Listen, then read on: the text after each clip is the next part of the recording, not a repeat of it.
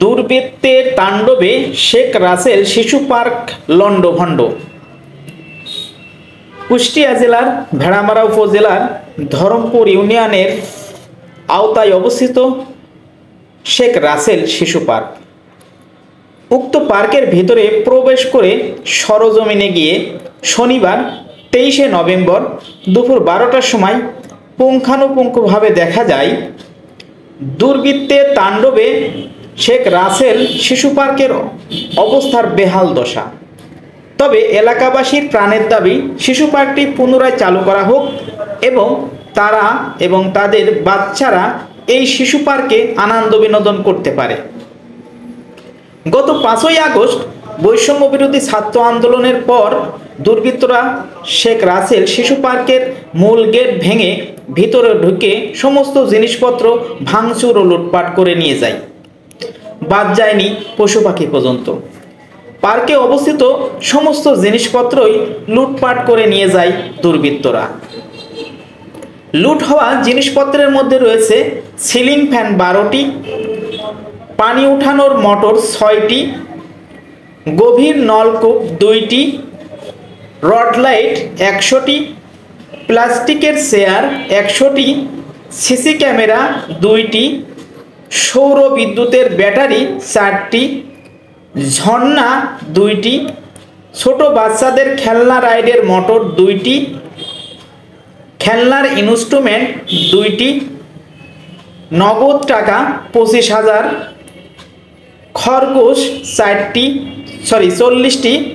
কবুতর 100টি, উট পাখি 4টি, বাজারিকা 25টি, টিয়া পাখি 25টি, ময়না পাখি 2টি, ঘুঘু পাখি 100টি, গেনিপুষ 25টি, চীনা মুরগি 6টি।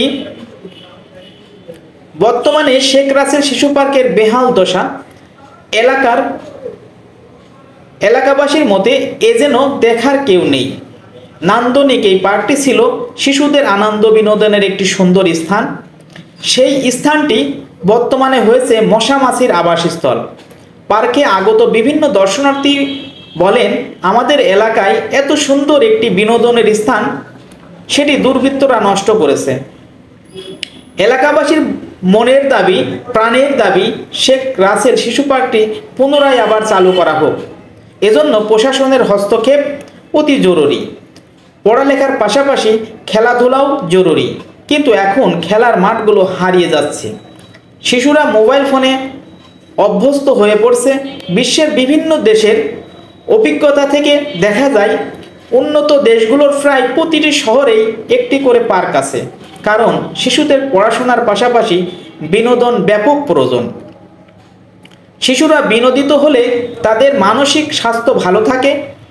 আমাদের জীবনের চাহিদারও পরিপূর্ণতা এবং ভিন্নতার দরকার আছে, কিন্তু আমাদের দেশে এর অভাব রয়েছে।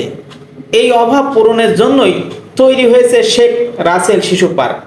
এই ধরনের শিশু পার্ক প্রত্যেকটি জেলা উপজেলাতেই অতি জরুরি ভিত্তিতে নির্মাণ করা প্রয়োজন। যেখানে পার্কের অভাব, সেখানে যে পার্ক আছে তাও যদি বন্ধ হয়ে যায় তাহলে শিশুরা যাবে কোথায়?